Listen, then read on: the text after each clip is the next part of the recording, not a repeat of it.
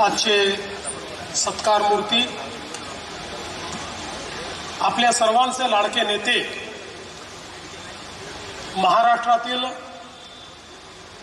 एक अतिशय उमद आणि दिलदार नेतृत्व, आपल्या सर्वांचे दादा माननीय नारायणरावजी राणेसाहेब, आमचे मार्गदर्शक आदरणीय नितीनजी गडकरी, श्री राधाकृष्ण विखे पाटीलजी, आशिष शेलारजी,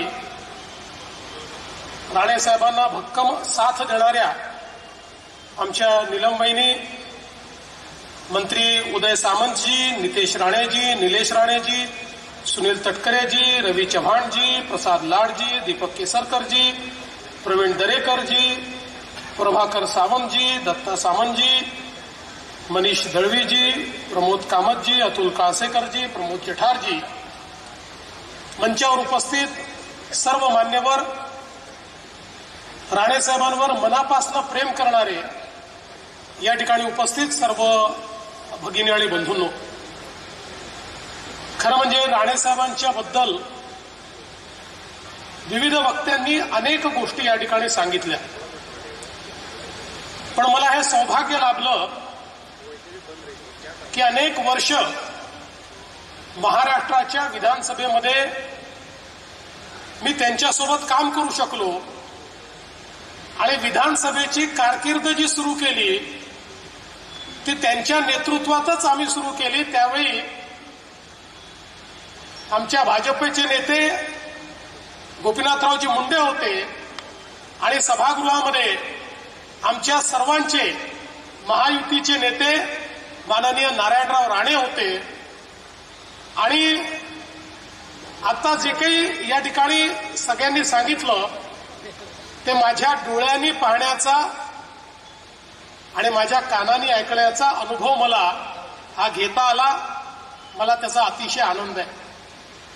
मला आठवतं की सभागृहामध्ये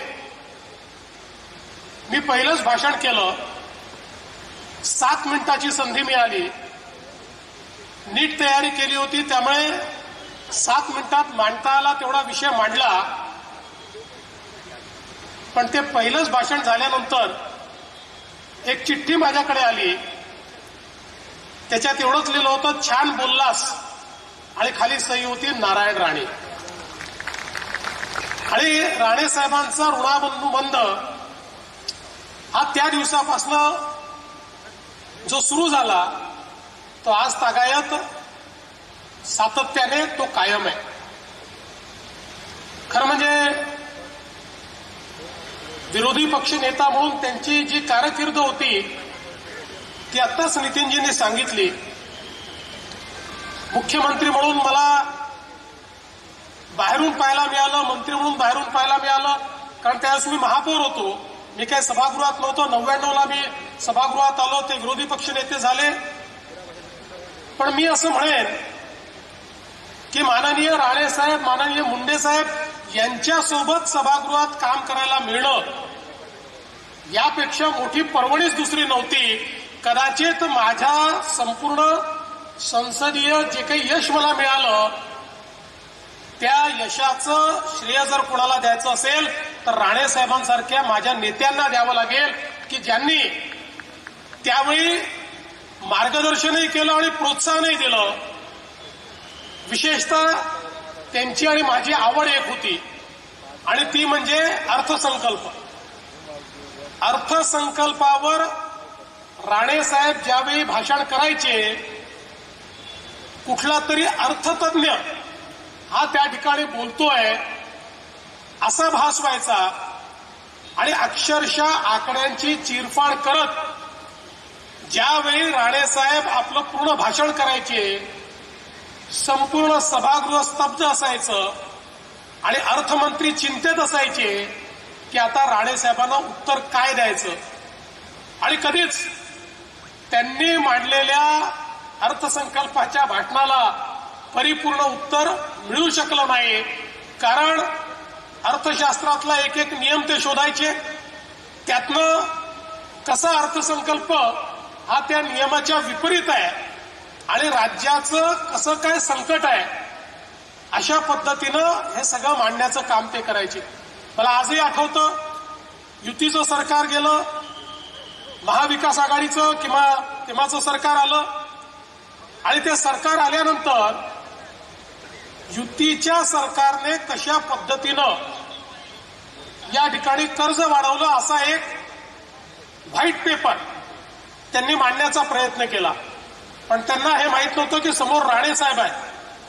त्यांनी व्हाईट पेपर मांडला. एक तर राणे साहेबांकडे एक वेगळं सीआयडी खातं होतं, त्यांचं स्वतःचं होतं ते. त्यामुळे सरकारचा कुठलाही कागद तयार झाला तो मंत्र्याकडे पोचायच्या आधी राणे साहेबांकडे पोचायचा. त्यामुळे हा जो व्हाईट पेपर आहे हा छापायच्या आधी राणे साहेबांकडे होता. त्याचं उत्तर तयार होऊन तिकडे व्हाईट पेपर मांडल्याबरोबर व्हाईट पेपर किती बोगस आहे आणि ही खरी आकडेवारी आहे आणि ही कशी बरोबर आहे याचा एक भगवी पत्रिका ही त्या क्षणी राणे साहेबांनी मांडली आणि त्या सरकारची पूर्ण हवा काढण्याचं काम हे राणे साहेबांनी त्या ठिकाणी केलेलं मी बघितलं.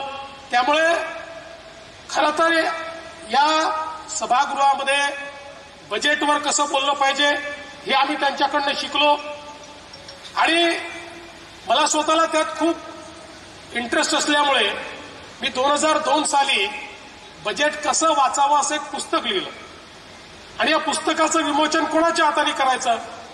राणेसाहेबांपेक्षा मोठं कोण आहे, राणेसाहेबांपेक्षा यातली अथॉरिटी कोण. मी राणेसाहेबांकडे गेलो, म्हटलं दादा माझं असं असं पुस्तक आहे, आपल्याला याचं विमोचन करायचं आहे.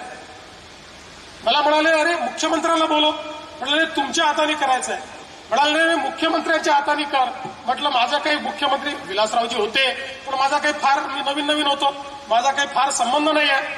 म्हणाले मी त्यांना सांगतो ते याचं एवढं चांगलं पुस्तक तू लिहिलेलं आहे, मी तर राहीनच पण हे पुस्तकाचं विमोचन हे विलासरावजींच्या हस्ते झालं पाहिजे.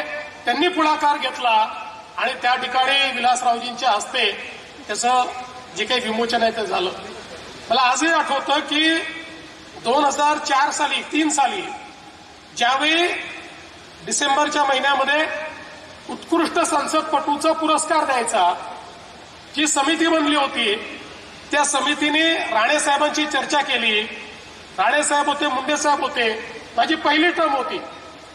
पण त्यांनी सांगितलं की तुम्हाला जर या ठिकाणी परफॉर्मन्सवर आधारित उत्कृष्ट संसदपटू हा पुरस्कार द्यायचा असेल तर तो तुम्ही देवेंद्रला द्या आणि त्यांच्या शिफारसीने किंवा त्यांच्या पुढाकाराने मला त्या काळामध्ये उत्कृष्ट संसदपटू हा पुरस्कार पहिल्याच टर्ममध्ये त्या ठिकाणी मिळाला.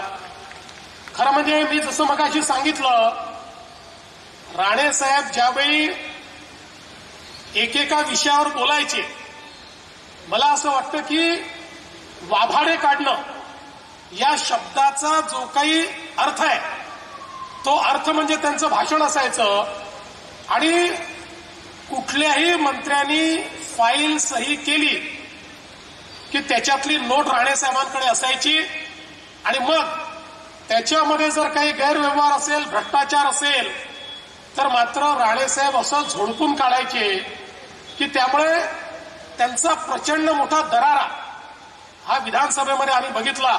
मगाशी जसं तटकरे साहेबांनी सांगितलं, आम्ही सगळे त्यांचे सैनिक होतो आणि मला असं वाटतं की 99 ते 2004 हा महाराष्ट्र विधानसभेतला जो विरोधी पक्ष आहे हा त्याच्या आधीच्या इतिहासात झाला नाही आणि त्याच्या नंतरच्या इतिहासात झाला नाही. अशा प्रकारचा विरोधी पक्ष आमचा होता. आमचे नेते राणेसाहेब होते आणि आम्ही सगळे शिवसेना भाजपचे लोक आणि विशेषतः आम्ही सगळे तरुण आमदार असे तुटून पडायचो की त्या ठिकाणी सरकारला पळता भुई थोडी व्हायची. मी खरंच सांगतो आम्ही विरोधी पक्षात होतो पण कधी विरोधी पक्षात असं वाटलं नाही, कारण राणे साहेबांचा दरारा असा असायचा की त्यामुळे आपणच सत्ता पक्षात आहोत असा भास आम्हाला व्हायचा. आम्हाला थांबवण्याची हिंमतच कोणामध्ये नव्हती कारण आमचे नेते राणे साहेब होते आणि म्हणून हे जे काही त्यांचं जे कार्य होतं त्यातनं इतक्या गोष्टी या शिकायला मिळाल्या. पलीकडच्या काळामध्ये खरं आहे की ते समोर गेले पण मंत्री म्हणून नाही. म्हणजे मला हे आठवतं की आता उल्लेख खरं म्हणजे करावा करू नये, पण ज्यावेळेस भुजबळ साहेब गेले आणि भुजबळ साहेब गेल्यानंतर समोर गेल्यानंतर 99 ते 2004 मला आठवतं की इतका त्रास आमच्या बाकावरचे लोक भुजबळ साहेबांना द्यायचे, खूप. भुजबळ साहेब हे पुरून उरायचे, पण राणे साहेब गेल्यानंतर मात्र कोणीही कधी त्यांना त्रास दिला नाही, कधी त्यांचा विरोध केला नाही. कारण तिथे बसलेल्या प्रत्येकाला हे माहिती होतं की राणेसाहेब जे तिकडे गेले आहेत ते मनाने गेले नव्हते. जो प्रसंग त्यांच्यावर आला त्याचे आम्ही साक्षीदार आहोत की ज्यावेळी आम्ही सगळं प्लॅन करून आणि सभागृहामध्ये सरकारच्या मागण्या म्हणजे बजेट हे वोटिंगमध्ये पाडायचं असं ठरवून पूर्ण प्लॅन तयार करायचो आणि प्लॅन एक्झिक्यूट होणार. राणेसाहेब त्या आजचे सत्कार मूर्ती, आपल्या सर्वांचे लाडके नेते, महाराष्ट्रातील एक अतिशय उमद आणि दिलदार नेतृत्व, आपल्या सर्वांचे दादा माननीय नारायणरावजी राणेसाहेब, आमचे मार्गदर्शक आदरणीय नितीनजी गडकरी, श्री राधाकृष्ण विखे पाटीलजी, आशिष शेलारजी,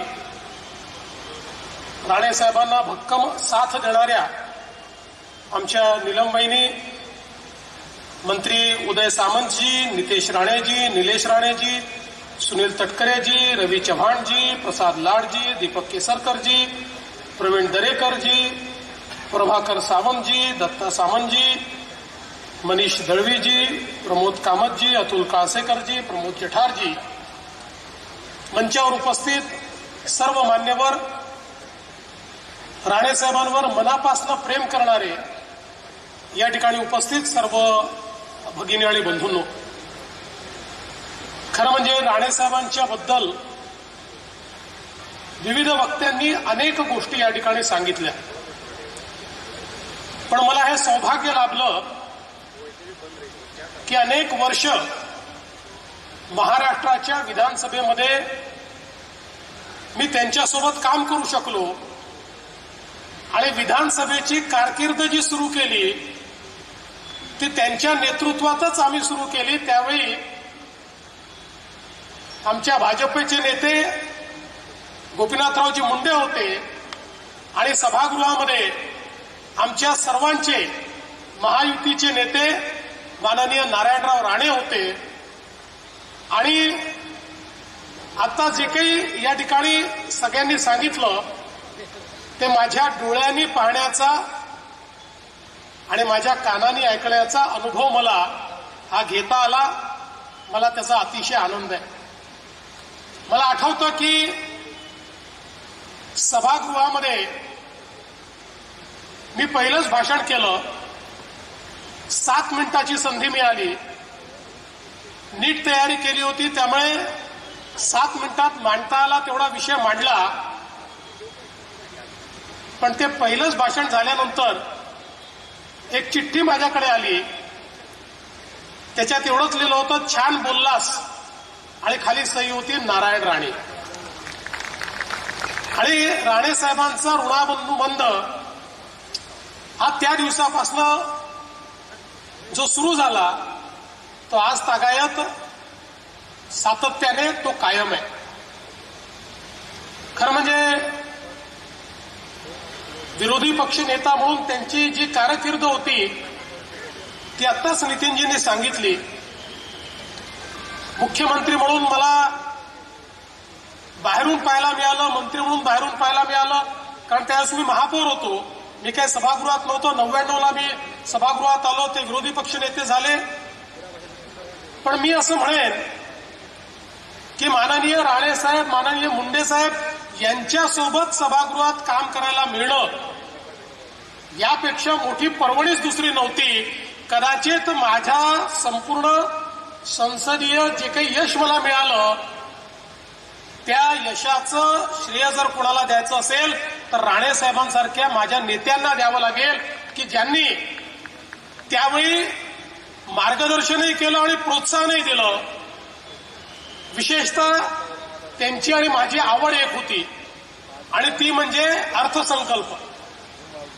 अर्थसंकल्पावर राणे साहेब ज्यावेळी भाषण करायचे, कुठला तरी अर्थतज्ञ हा त्या ठिकाणी बोलतोय असा भास व्हायचा आणि अक्षरशः आकड्यांची चिरफाड करत ज्यावेळी राणेसाहेब आपलं पूर्ण भाषण करायचे, संपूर्ण सभागृह स्तब्ध असायचं आणि अर्थमंत्री चिंतेत असायचे की आता राणेसाहेबांना उत्तर काय द्यायचं.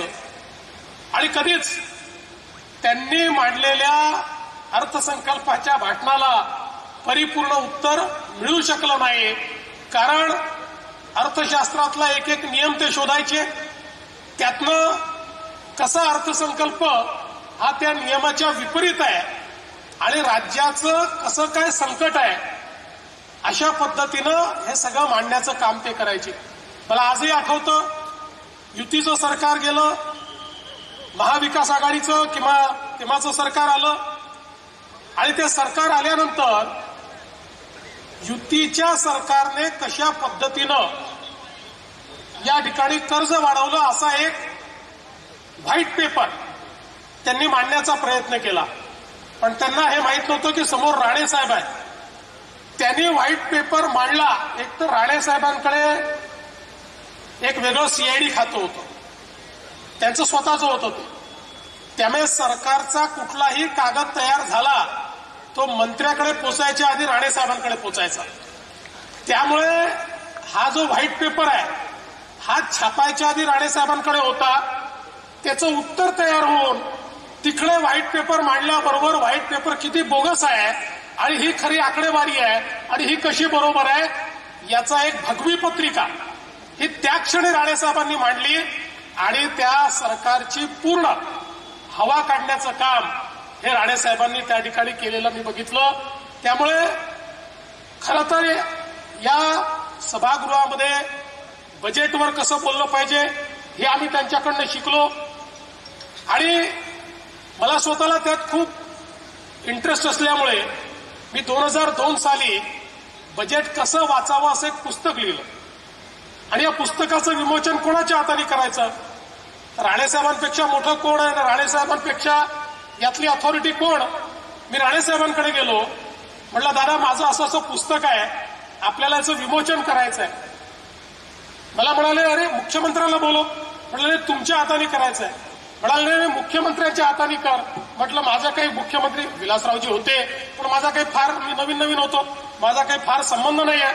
म्हणाले मी त्यांना सांगतो हे याचं एवढं चांगलं पुस्तक तू लिहिलेलं आहे, मी तर राहीनच पण हे पुस्तकाचं विमोचन हे विलासरावजींच्या हस्ते झालं पाहिजे. त्यांनी पुढाकार घेतला आणि त्या ठिकाणी विलासरावजींच्या हस्ते त्याचं जे काही विमोचन आहे ते झालं. मला आजही आठवतं की 2004 साली 3 साली ज्यावेळी डिसेंबरच्या महिन्यामध्ये उत्कृष्ट संसदपटूचा पुरस्कार द्यायचा जी समिती बनली होती, त्या समितीने राणेसाहेबांची चर्चा केली. राणेसाहेब होते, मुंडे साहेब होते, माझी पहिली टर्म होती. पण त्यांनी सांगितलं की तुम्हाला जर या ठिकाणी परफॉर्मन्सवर आधारित उत्कृष्ट संसदपटू हा पुरस्कार द्यायचा असेल तर तो तुम्ही देवेंद्रला द्या आणि त्यांच्या शिफारसीने किंवा त्यांच्या पुढाकाराने मला त्या काळामध्ये उत्कृष्ट संसदपटू हा पुरस्कार पहिल्याच टर्ममध्ये त्या ठिकाणी मिळाला. खरं म्हणजे मी जसं मगाशी सांगितलं, राणेसाहेब ज्यावेळी एकेका विषयावर बोलायचे, मला असं वाटतं की वाभाडे काढणं या शब्दाचा जो काही अर्थ आहे तो अर्थ म्हणजे त्यांचं भाषण असायचं आणि कुठल्याही मंत्र्यांनी फाईल सही केली की त्याच्यातली नोट राणेसाहेबांकडे असायची आणि मग त्याच्यामध्ये जर काही गैरव्यवहार असेल, भ्रष्टाचार असेल तर मात्र राणेसाहेब असं झोडपून काढायचे की त्यामुळे त्यांचा प्रचंड मोठा दरारा हा विधानसभेमध्ये आम्ही बघितला. मगाशी जसं तटकरे साहेबांनी सांगितलं, आम्ही सगळे त्यांचे सैनिक होतो आणि मला असं वाटतं की 99 ते 2004 हा महाराष्ट्र विधानसभेतला जो विरोधी पक्ष आहे हा त्याच्या आधीच्या इतिहासात झाला नाही आणि त्याच्या नंतरच्या इतिहासात झाला नाही. अशा प्रकारचा विरोधी पक्ष आमचा होता. आमचे नेते राणेसाहेब होते आणि आम्ही सगळे शिवसेना भाजपचे लोक आणि विशेषतः आम्ही सगळे तरुण आमदार असे तुटून पडायचो की त्या ठिकाणी सरकारला पळताभुई थोडी व्हायची. मी खरंच सांगतो, आम्ही विरोधी पक्षात होतो पण कधी विरोधी पक्षात आहे असं वाटलं नाही, कारण राणे साहेबांचा दरारा असा असायचा की त्यामुळे आपणच सत्ता पक्षात आहोत असा भास आम्हाला व्हायचा. आम्हाला थांबवण्याची हिंमतच कोणामध्ये नव्हती, कारण आमचे नेते राणे साहेब होते. आणि म्हणून हे जे काही त्यांचं जे कार्य होतं त्यातनं इतक्या गोष्टी या शिकायला मिळाल्या. पलीकडच्या काळामध्ये खरं आहे की ते समोर गेले पण मंत्री म्हणून नाही. म्हणजे मला हे आठवतं की आता उल्लेख खरं म्हणजे करावा करू नये, पण ज्यावेळेस भुजबळ साहेब गेले आणि भुजबळ साहेब गेल्यानंतर समोर गेल्यानंतर 99 ते 2004 मला आठवतं की इतका त्रास आमच्या बाकावरचे लोक भुजबळ साहेबांना द्यायचे. खूप भुजबळ साहेब हे पुरून उरायचे. पण राणे साहेब गेल्यानंतर मात्र कोणीही कधी त्यांना त्रास दिला नाही, कधी त्यांचा विरोध केला नाही. कारण तिथे बसलेल्या प्रत्येकाला हे माहिती होतं की राणेसाहेब जे तिकडे गेले आहेत ते मनाने गेले नव्हते. जो प्रसंग त्यांच्यावर आला त्याचे आम्ही साक्षीदार आहोत की ज्यावेळी आम्ही सगळं प्लॅन करून आणि सभागृहामध्ये सरकारच्या मागण्या म्हणजे बजेट हे वोटिंगमध्ये पाडायचं असं ठरवून पूर्ण प्लॅन तयार करायचो आणि प्लॅन एक्झिक्यूट होणार. राणेसाहेब त्या सरकारचे एक 10, 12, 15 कारण फारच कमी डिफरन्स होता, 15-20 आमदार गायब करायचे.